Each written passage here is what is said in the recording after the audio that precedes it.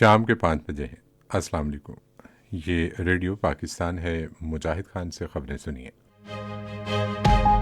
اہم خبروں کا خلاصہ۔ سینٹ کا اجلاس کل اسلام آباد میں ہوگا، جس میں قومی اور بین الاقوامی اہمیت کے امور پر غور کیا جائے گا۔ پنجاب حکومت نے کل سے صوبے کے اسموک سے متاثرہ اضلاع میں 1 ہفتے تک چہرے پر ماسک پہننے کو لازمی قرار دیا ہے۔ غزہ میں بریج اور نصیرت کیمپوں پر اسرائیل کی جاری وحشیانہ بمباری میں کم از کم 31 فلسطینی شہید ہو گئے ہیں۔ کسی کرکٹ عالمی کپ کا فائنل بھارت اور آسٹریلیا کے درمیان احمد آباد میں جاری ہے۔ اور اب خبریں تفصیل کے ساتھ۔ سینٹ کا اجلاس کل دوپہر 3 بجے پارلیمنٹ ہاؤس اسلام آباد میں ہوگا۔ ایوان میں کل نجی کارروائی کا دن ہوگا، جس میں متعدد بل پیش کیے جائیں گے۔ اس کے علاوہ ایوان میں قومی اور عالمی اہمیت کے حامل امور پر بھی غور کیا جائے گا۔ خاتون اول سمین علوی نے کہا ہے کہ حکومت خواتین کو بااختیار بنانے کے لیے تمام ممکنہ کوششیں کر رہی ہے تاکہ ملکی ترقی میں ان کی شمولیت میں مزید اضافہ ہو۔ آج اسلام آباد میں پاکستان دفتر خارجہ کی خواتین ایسوسی ایشن کے زیر اہتمام عطیات جمع کرنے کے سالانہ بازار کا افتتاح کرنے کے بعد تقریب سے خطاب کرتے ہوئے انہوں نے کہا کہ ہم خواتین کو چھاتی کے سرطان سے بچانے کے لیے کام کر رہے ہیں اور معذور افراد کی مدد کر رہے ہیں۔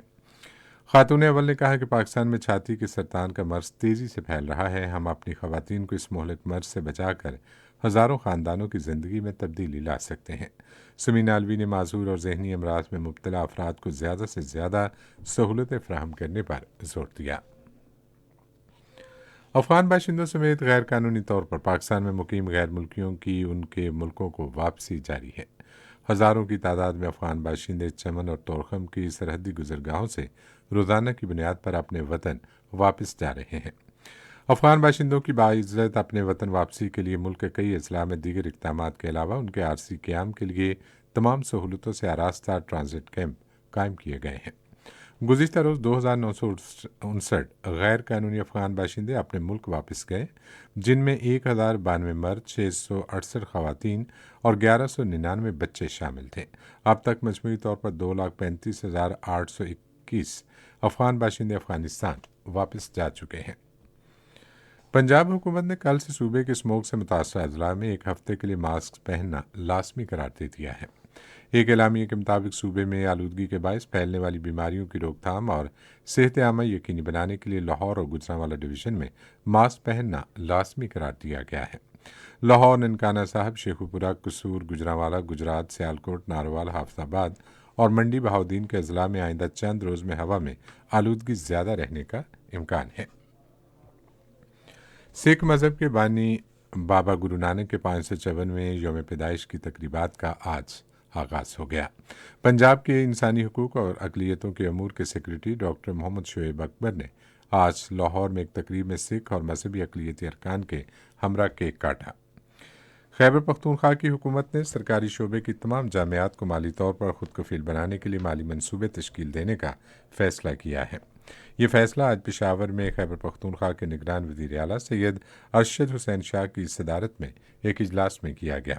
اجلاس میں وائس چانسلر کی تقرری کے لیے ایک سرچ کمیٹی تشکیل دینے کا فیصلہ بھی ہوا۔ کمیٹی 1 ہفتے میں اپنی رپورٹ صوبائی وزیر کو پیش کرے گی۔ وفاقی ٹیکس محتسب کے معاون مہر کاشف یونس نے پاکستان میں ٹیکس کے دائرہ کار کو بڑھانے کی ضرورت پر زور دیا ہے۔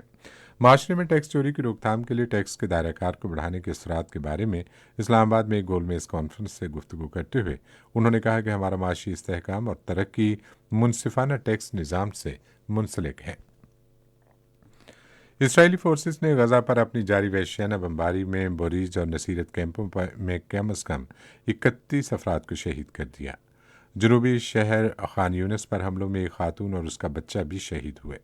اسرائیلی فورسز نے مقبوضہ مغربی کنارے میں حملوں کے دوران ایک معذور شخص سمیت 2 افراد کو فائرنگ کر کے قتل کر دیا۔ ادھر اردن نے عالمی برادری پر زور دیا ہے کہ وہ اسرائیل پر جنگ بندی کے لیے دباؤ ڈالے۔ اردن کے شاہ عبداللہ دوئم نے اس انسانی بحران کو وحشیانہ جنگ قرار دیا۔ غزہ میں جنگ بندی کا فارمولہ طے کرنے کے لیے عرب اسلامی سربراہ اجلاس کی تشکیل کردہ وزارتی کمیٹی کل چین سے اپنے کام کا آغاز کرے گی۔ سماجی رابطے کی ویب سائٹ ایکس پر سعودی عرب کے وزیر خارجہ شہزادہ فیصل بن فرحان نے کہا ہے کہ عرب اور اسلامی ملکوں کے وزراء فوری جنگ بندی، امدادی کارروائیوں اور غزہ میں انسانی ضروریات کی اشیاء کی فوری ترسیل کا واضح پیغام لے کر بہت سے ملکوں کا دورہ کریں گی۔ احمد آباد میں عالمی کرکٹ کپ ٹورنامنٹ کے فائنل میں بھارت نے آسٹریلیا کے خلاف اب سے کچھ دیر پہلے تک 46 اوورز میں 221 رنز بنائے تھے اور اس کے 8 کھلاڑی آؤٹ ہوئے تھے۔ اس سے قبل آسٹریلیا نے ٹاس جیت کر بھارت کو پہلے بیٹنگ کی دعوت دی۔ اسی کے ساتھ خبریں ختم ہوئی۔ مزید خبروں اور تجزیوں کے لیے آئیے ہماری ویب سائٹ پر، پتہ ہے radio.gov.pk، اور فیس بک کے link radio Pakistan news official پر براہ راست ویڈیو اسٹریمنگ بھی ملاحظہ کیجیے۔